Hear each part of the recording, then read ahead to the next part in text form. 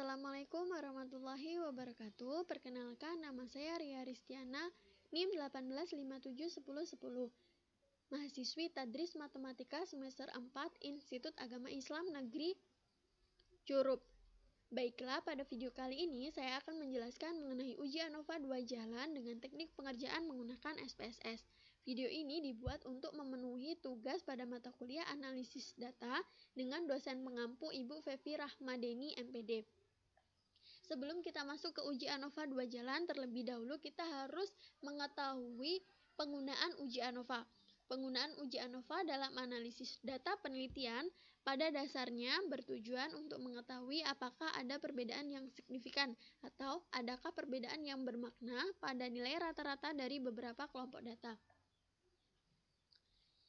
Uji ANOVA secara umum terdiri dari dua macam, yaitu uji ANOVA 1 jalan dan uji ANOVA 2 jalan.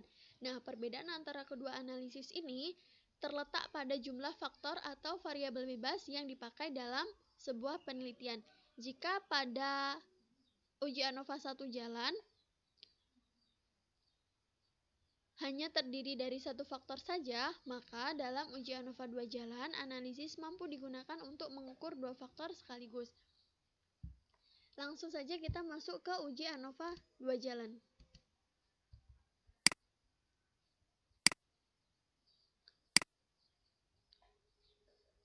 Uji ANOVA 2 jalan. Uji ANOVA 2 jalan digunakan untuk menguji hipotesis yang membandingkan perbedaan rata-rata dari sampel yang independen dengan melibatkan dua faktor atau lebih.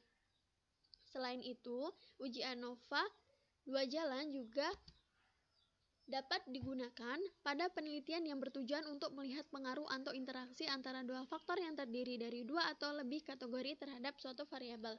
Nah, dalam pengujian ANOVA 2 jalan ini terdapat beberapa syarat yang harus dipenuhi. Yang pertama, yaitu sampel berasal dari kelompok yang independen. Artinya, sampel yang digunakan itu tidak berhubungan satu sama lain atau tidak terikat satu sama lain. Yang kedua, variabel faktor bersifat data kategori. 3. Variabel dependen adalah data berskala kuantitatif, yaitu data yang berskala interval atau rasio. Keempat, nilai residual standar harus berdistribusi normal.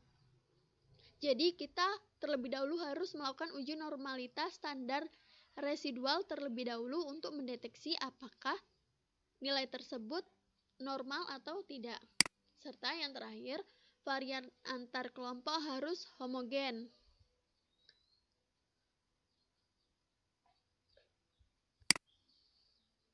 Untuk lebih jelasnya, langsung lanjut ke contoh soal. Di sini saya mengambil contoh soal di https www.spssindonesia.com dengan soal, seorang peneliti ingin mengetahui apakah terdapat perbedaan hasil belajar matematika siswa SMP berdasarkan jenjang pendidikan terakhir orang tua dan jenis kelamin siswa tersebut.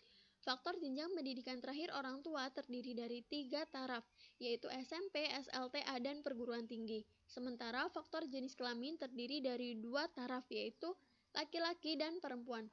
Adapun data yang dikumpulkan oleh peneliti sebagaimana tabel berikut. Tabel di sini sudah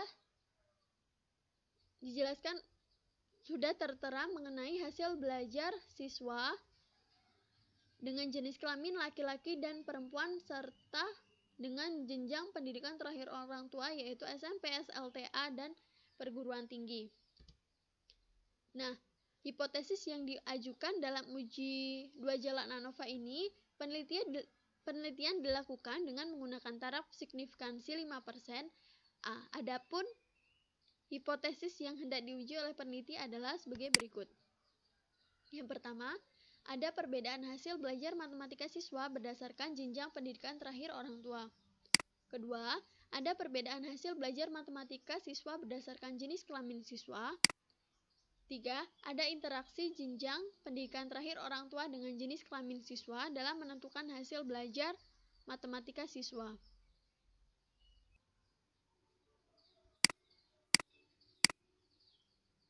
Langsung saja kita lanjut ke langkah penggunaan SPSS-nya.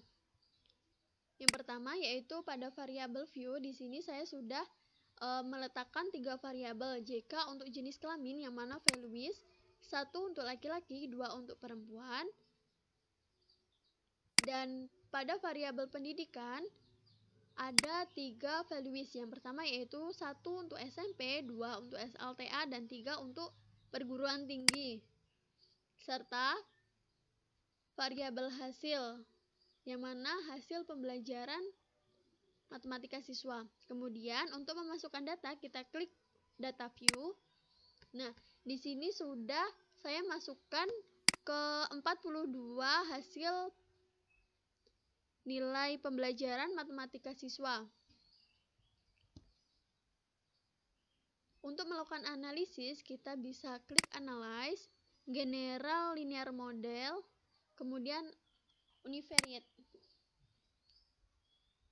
Nah, pada dependent variable kita masukkan variabel hasil pembelajaran, dan pada kolom fixed factor kita masukkan variabel jenis kelamin dan juga jenjang pendidikan.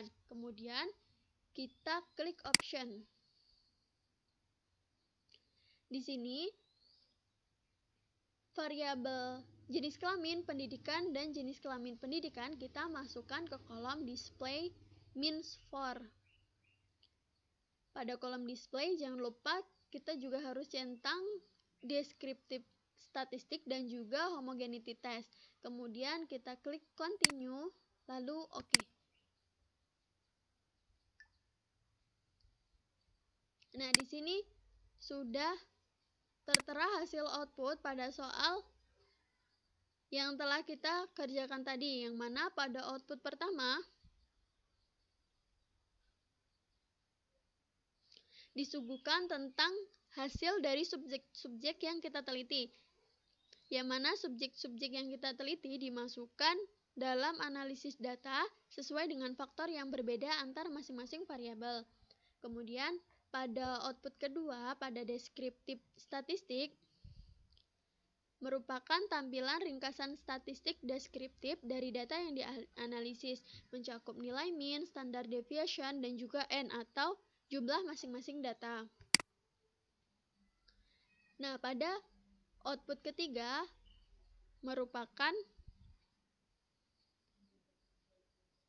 tabel output yang digunakan untuk mengetahui apakah masing-masing varian dari variabel terikat adalah sama atau homogen.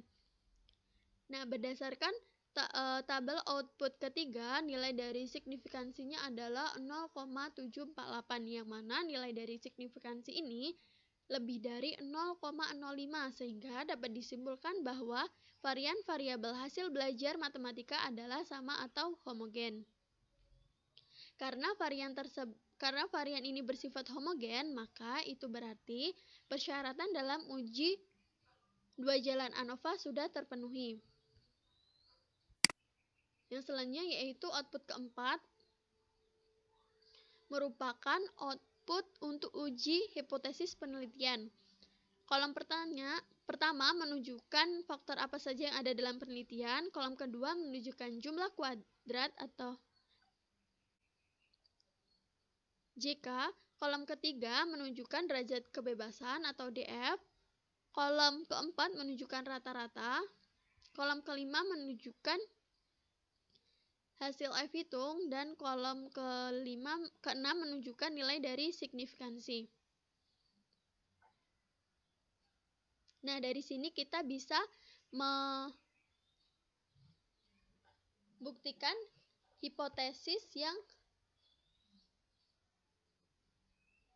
akan ditunjukkan peneliti. Yang pertama yaitu melakukan pengujian hipotesis pertama. Berdasarkan output yang diberikan, diperoleh bahwa nilai signifikansinya adalah 0,000, yang mana hipotesis yang menyatakan bahwa ada perbedaan hasil belajar matematika siswa berdasarkan jenjang pendidikan terakhir orang tua adalah dapat diterima. Yang kedua, berdasarkan output yang tertera pada tabel ini, dilihat bahwa nilai dari signifikansinya adalah, signifikansi JK adalah 0,685, yang mana 0,685 ini lebih dari 0,05, sehingga hipotesis yang menyatakan bahwa ada perbedaan hasil belajar matematika siswa berdasarkan jenis kelamin siswa ditolak. Dan yang ketiga, berdasarkan output yang telah diberikan diperoleh bahwa nilai dari signifikansi jika pendidikannya adalah 0,490, yang mana nilai ini lebih dari 0,05. Maka hipotesis yang menyatakan bahwa ada interaksi jenjang pendidikan terakhir orang tua dengan jenis kelamin siswa dalam menentukan hasil belajar matematika adalah ditolak. Mungkin itu saja penjelasan mengenai uji ANOVA 2 jalan dengan teknik pengerjaan menggunakan SPSS. Semoga bermanfaat. Wassalamualaikum warahmatullahi wabarakatuh.